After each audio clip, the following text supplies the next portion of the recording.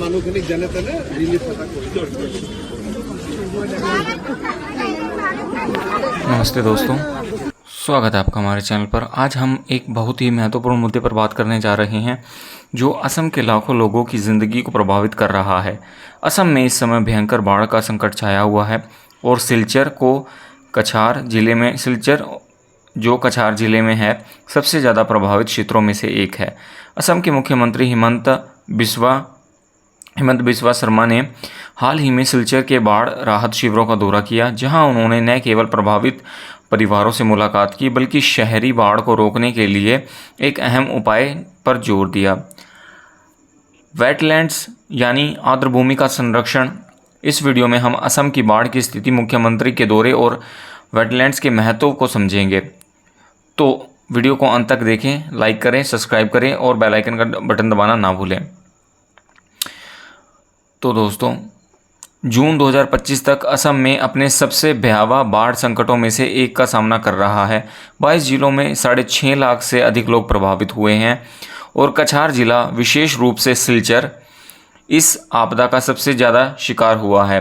खबरों के मुताबिक सिलचर में केवल 48 घंटे में 400 मिलीमीटर बारिश हुई, जिसके कारण सोनई रोड, लिंक रोड और सिलचर मेडिकल कॉलेज के पास राष्ट्रीय राजमार्ग तक पानी में डूब गए।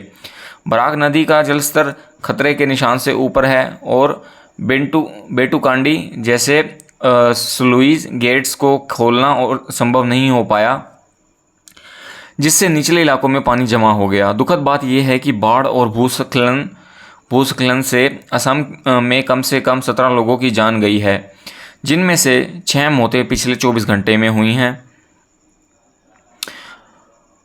3 जून 2025 को असम के मुख्यमंत्री हिमंत बिस्वा शर्मा ने सिलचर का दौरा किया ताकि बाढ़ की स्थिति का जायज़ा लिया जा सके। उन्होंने कछार जिले के 6 प्रमुख राहत शिविरों का दौरा किया, जिनमें government boys higher secondary school, normal school, Kendriya Vidyalaya, Hiranprova Shishu Mandir, Malini Beel में कॉस्मेटिक मार्केट और उकील बाजार LP स्कूल शामिल हैं। इन शिविरों में हजारों बाढ़ प्रभावित लोगों ने शरण ली हुई है। मुख्यमंत्री ने वहां रह रहे लोगों से बात की और उनकी समस्याएं सुनी और सरकार की ओर से हर संभव मदद का भरोसा दिलाया। मुख्यमंत्री ने एक राहत शिविर में एक घायल महिला से मुलाकात की और तुरंत प्रशासन को उनके सिलचर मेडिकल कॉलेज में भर्ती कराने के लिए उचित इलाज सुनिश्चित करने का निर्देश दिया। इसके अलावा उन्होंने घोषणा की कि बाढ़ प्रभावित इलाके माफ़ कीजिएगा दोस्तों, इसके अलावा उन्होंने घोषणा की कि बाढ़ प्रभावित परिवारों के बच्चों को मुफ्त पाठ्य पुस्तकें दी जाएंगी ताकि उनकी पढ़ाई में कोई रुकावट न आए। उन्होंने यह भी कहा कि सरकार के पास खेती, मछली पालन, पशुपालन और बागवानी के लिए राहत देने के लिए एक सुनियोजित फॉर्मूला है, जिसके तहत हर प्रभावित परिवार को समयबद्ध तरीके से मदद दी जाएगी।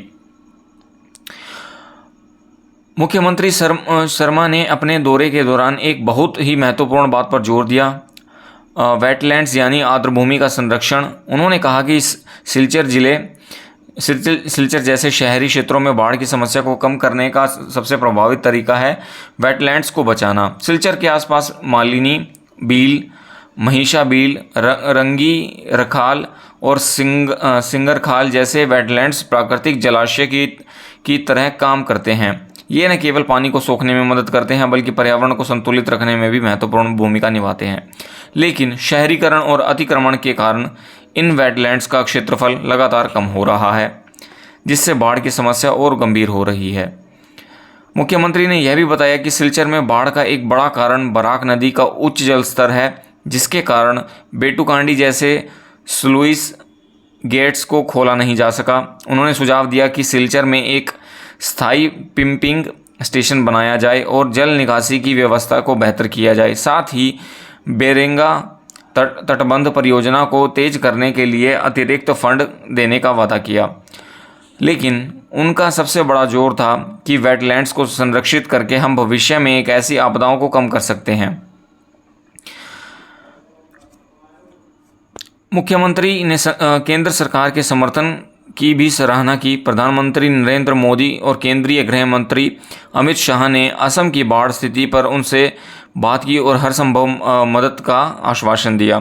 सिलचर में एक स्थानीय व्यापारियों और संगठनों ने भी मुख्यमंत्री राहत कोष में 1,14,25,000 रुपये का योगदान दिया। एनडीआरएफ, ACDRF, पुलिस और अग्निशमन सेवाएं दिन रात राहत और बचाव के कार्य में जुटी हुई हैं। दोस्तों, असम की ये बाढ़ एक बड़ी चुनौती है, लेकिन सरकार, स्थानीय समुदाय और राहत टीम में मिलकर इसे पार करने की पूरी कोशिश कर रही है। मुख्यमंत्री हेमंत बिस्वा शर्मा का वेटलैंड्स संरक्षण पर जोर हमें यह याद दिलाता है कि प्रकृति के साथ तालमेल बिठाकर ही हम ऐसी आपदाओं से बच सकते हैं। आइए हम सब मिलकर इस आसपास के वेटलैंड्स और पर्यावरण को बचाने का संकल्प करें। अगर ये वीडियो आपको पसंद आया हो तो लाइक करें, अपने दोस्तों के साथ शेयर करें और हमारे चैनल को सब्सक्राइब करें। आपका क्या कहना है कमेंट में बताएं। आप बाढ़ की समस्या से निपटने के लिए क्या उपाय सुझाएंगे। अगली वीडियो के लिए नमस्ते, सुरक्षित रहें। जय हिंद, जय भारत।